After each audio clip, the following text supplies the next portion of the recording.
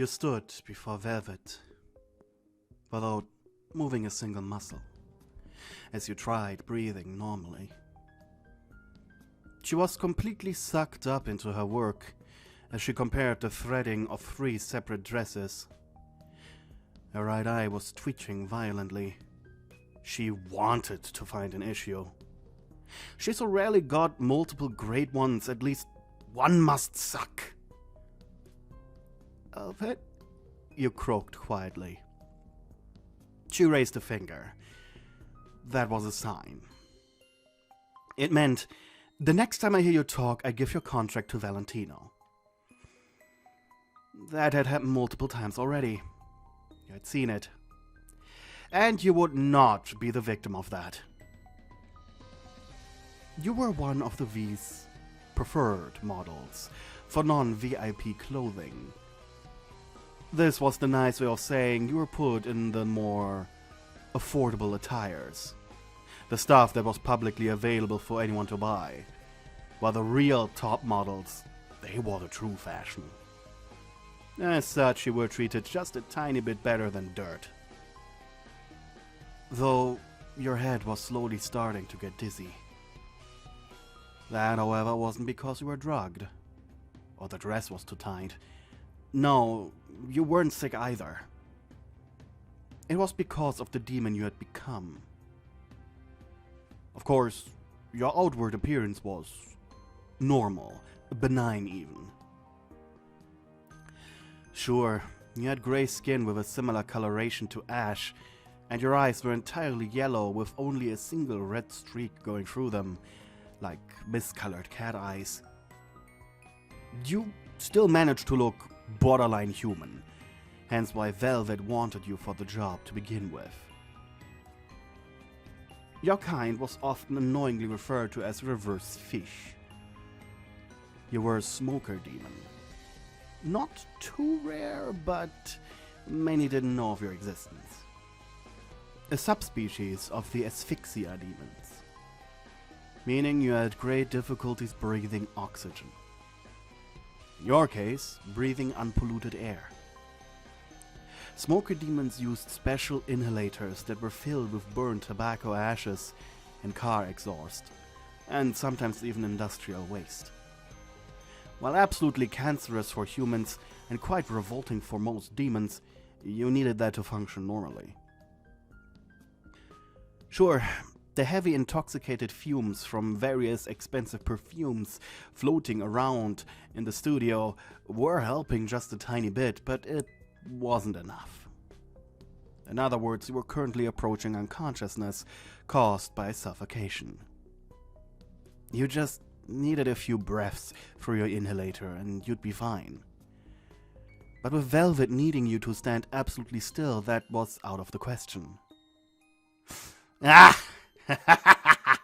She laughed maniacally, taking an admittedly very tacky yet pretty black and white dress, throwing it at the unfortunate seamstress. Burn it, the stitchwork is sloppy. Considering it took her 10 minutes to find that flaw to begin with was proof enough that the stitchwork was perfectly fine. Though of course the demoness could not protest against Velvet's decision. Okay, she said.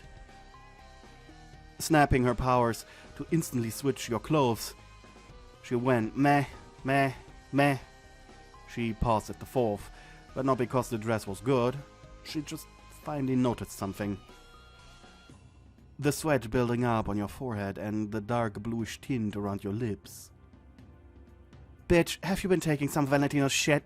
I told you not to be high while on the job. You shook your head. Angrily, she narrowed her eyes. I just really need my breather. Velvet's eyes narrowed as she allowed you to go into the changing rooms. Inside, you opened your locker, taking out the breathing apparatus. It looked like a basic half-face covering gas mask. Just that its filters had compressed polluted air inside of them.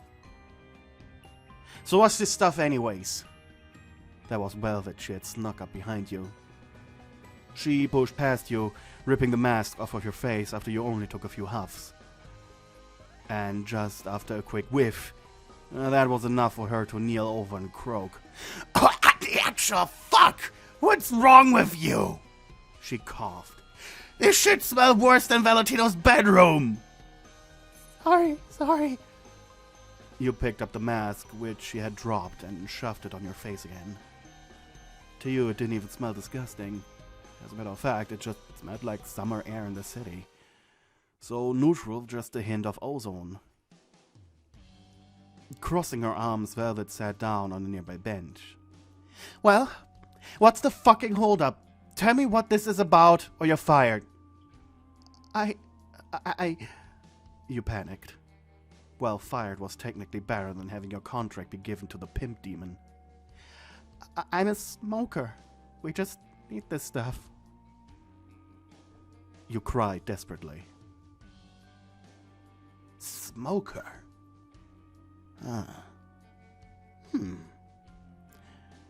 She raised an eyebrow, and then you explained the needs your body had. Of the sweet, sweet pollution, and the need to breathe through the mask. After a moment of silence, Velvet stood up. She didn't even look at you. Do whatever, she said. I had an idea. Do whatever was a trick order, as it was a code word for, don't leave the building, I'm not done with you. And so you decided to take a few more puffs of pollution before joining the other models waiting to be dressed. However, you didn't see Velvet again for the entire day. Taking her order serious, you stayed past closing. Of course, you knew you didn't get any overtime, but this was a matter of your sole contract with the fancy demoness. You didn't want to disappoint her. Since no one was around in the studio, you had put your mask back on just to breathe more freely. It was quite embarrassing to walk around with it when others were around. And then, through the elevator, you saw a quiet comedic display. A very reluctant Vox was being pushed into the room by Velvet, who was wearing a gas mask too? Confused, you furrowed your brows. Okay, so this is the chick? Muttered the TV demon, disinterested. Yes, you incessant douchebag! Groaning Vox approached you, holding out his hand for you to shake. Hi, Vox, your overboss. Vevel told me you have something to show me regarding these. He pointed at your face covering. Meanwhile, though, your eyes are focused on Velvet. Her own mask was definitely more fashionable than yours. It was black, with LEDs intricately placed into the leathery material. Clearly a rush job. Crossing her arms, she stood there. Gulping, you took off your own and gave it to the TV demon. Vox skeptically raised an eyebrow. Don't smell it, Vox, muttered Velvet, but it was too late. He was already taking a whiff, causing his face to turn upside down. The fuck is this? It's the new product. That was Velvet. She said that out loud in such a way that her confidence in it was just surprising.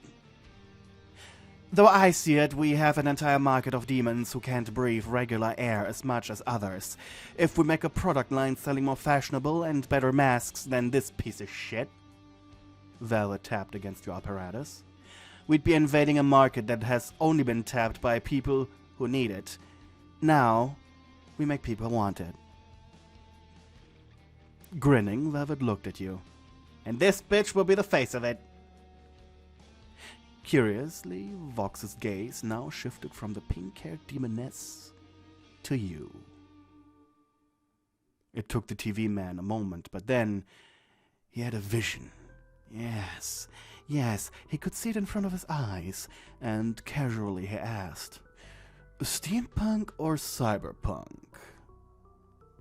Velvet hit you in the hip with her elbow as she grinned, making you force a smile. Vox, honey, you know which one we're going with. Vox's mouth turned into an evil grin. So many possibilities just opened up. He could appear as a humanitarian while making profit. If Velvet was on the case, she'd make it a fashion statement. Designer gas masks. There were entire groups of depressed emo goth demons who would eat this stuff up, even though they didn't need to breathe special air, like you. And so, Vox placed an arm around your shoulder. He couldn't believe that he entirely missed this market. His claws gripping your flesh tightly. You got a good one here, Velvet. Of course I do. May I borrow her for the night? You blushed. You knew what that implied. But she just rolled her eyes and then shrugged. Make the overboss happy. I got some work to do.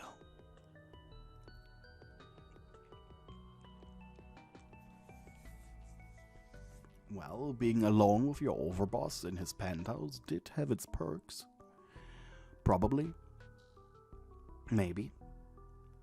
It was beautifully decorated with lots of purples, blues, and reds. The floor was a shiny black, and the entire eastern wall was one giant aquarium with big, hell-born demon fish swimming within. They glowed in a beautiful blue and had gigantic teeth. He sat you down on a white, fluffy zebra-patterned sofa before stepping towards his bar. We are going to make you a star. Not just some low-grade modeling shit. He grabbed a few highly alcohol-level drinks and threw them into a shaker. Vox, while preferring drinks be made for him, was still pretty good at mixing cocktails himself. Plus, while he was thinking, he liked to keep his hands busy. Tell me, what's your name? You couldn't decide. Was it insulting that your own boss didn't know your name? Was it insulting that Velvet, while pitching an idea that came from you, she didn't even mention your name? Or were you supposed to be honored that he even cared to know? Evie. You paused, and he raised his eyebrow. Evelyn. Evie, I got it. You looked down at your feet. Soon he walked up to you.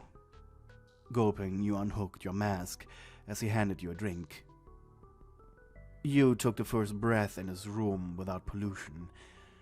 Ugh, it was terrible. For you. Fox's room smelled a little artificial, like someone had just finished a shower with a cheap shampoo. There was also a hint of factory-new plastic, but not enough to count for your breathing. You could maybe get 5 minutes here without your mask. Thanks. Vox, though, gave you a strange look. You had beautiful, full, black-colored lips that looked perfect with your ash-gray skin.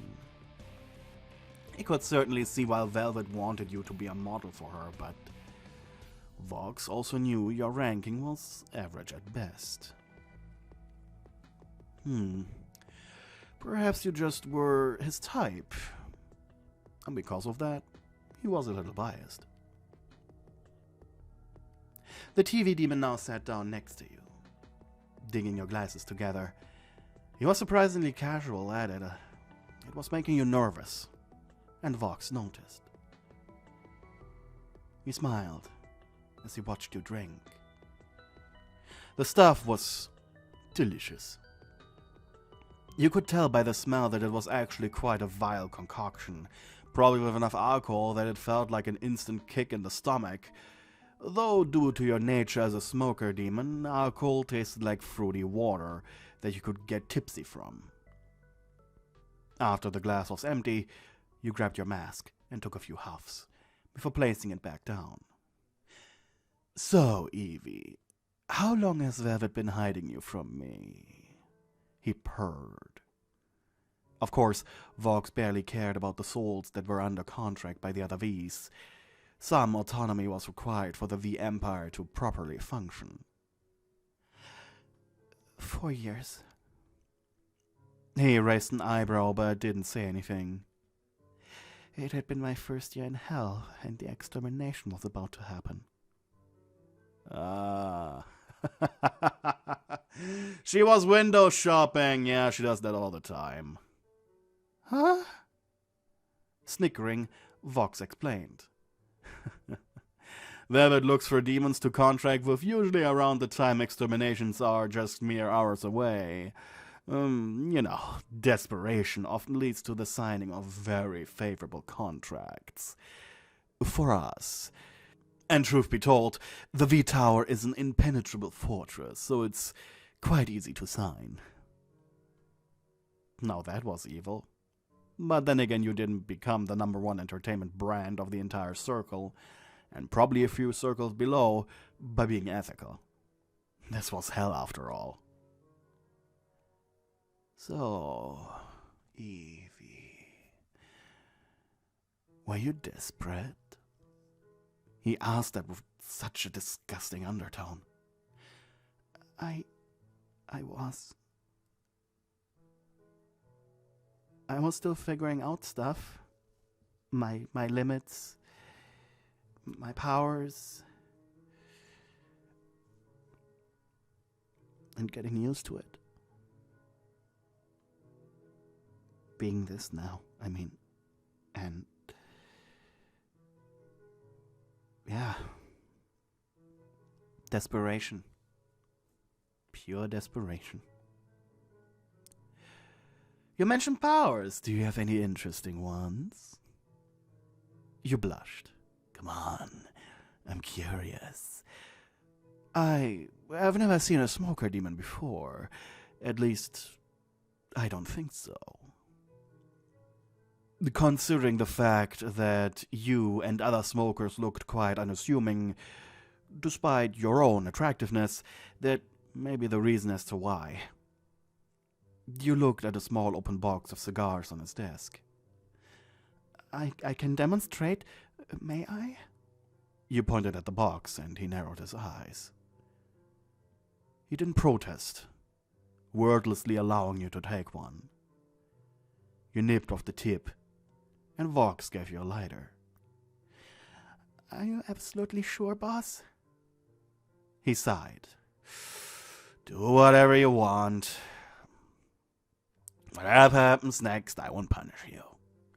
You have my word, Evie. But this better be good. Lighting the cigar, you took a deep drag. As the smoke went down your throat, it was like breathing in fresh mountain air. You kept the gray smoke in your lungs for a moment, and then you exhaled. The smoke now much darker, thicker, and much, much more than your single drag should have allowed you to inhale. The sofa, no, the entire room was completely enveloped in a thick black veil. Vox coughed violently, swiping his hand through the air, but the smoke, it was too powerful. It was like a gas grenade had been set off.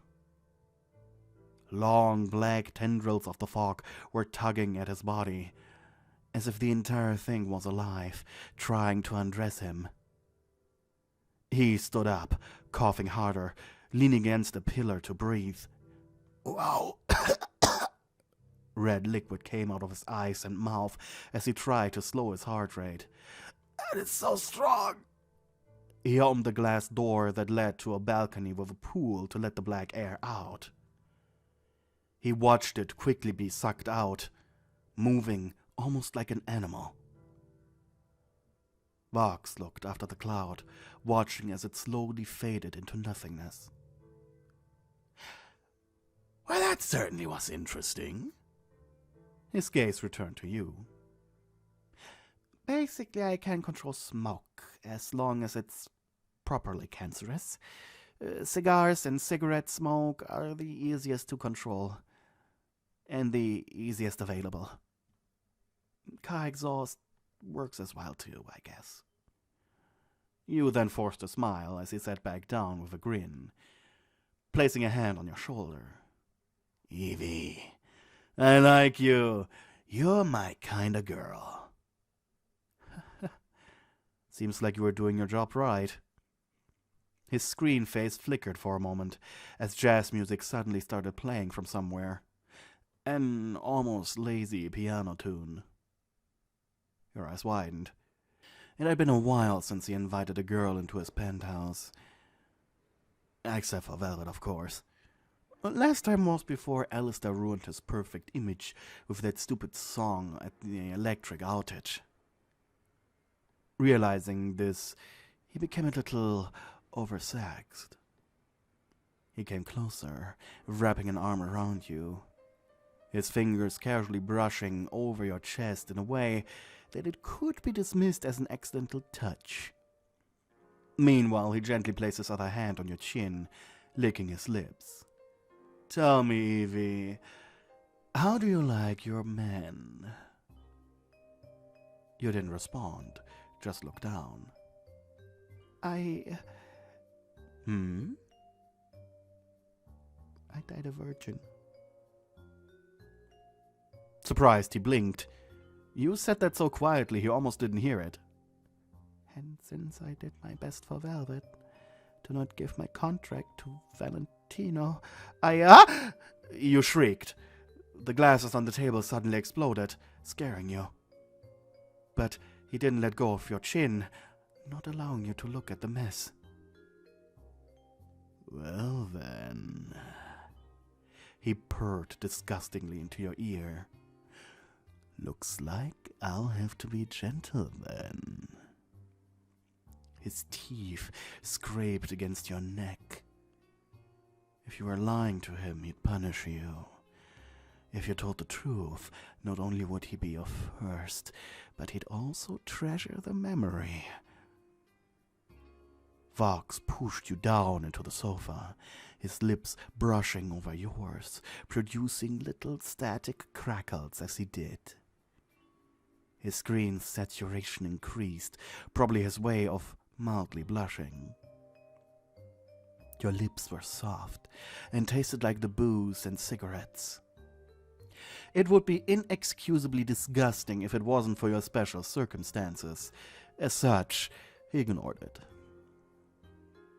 And then, Vox kissed you. Straight on your mouth without any hesitation. It was weird. Vox's face was a TV screen. He didn't have any lips, and yet it felt like he did.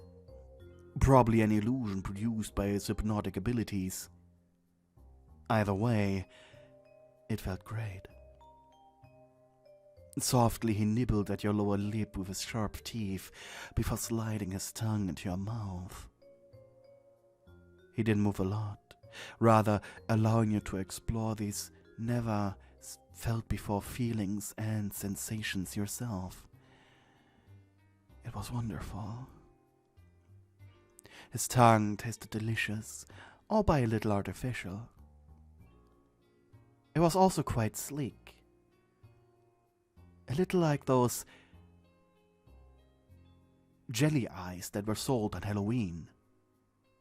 But not as gross. It was just a really strange and pleasurable feeling. In the meantime, he pulled you up into a loose embrace, his fingers only searching a moment for the zipper of your dress. As the cool air of his penthouse brushed against the naked skin of your back, you started shivering. And as you tried to inhale, your body shook. You let go. You were beginning to gasp for air. And you grabbed the gas mask, pressing it against your face. You breathed.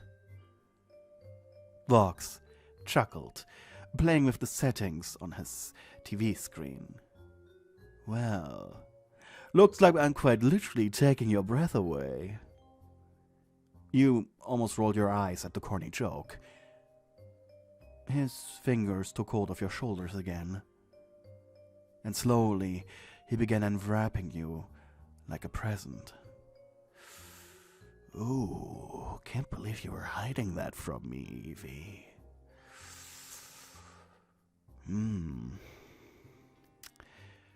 Okay, let's keep that mask on, because we'll be busy for a while.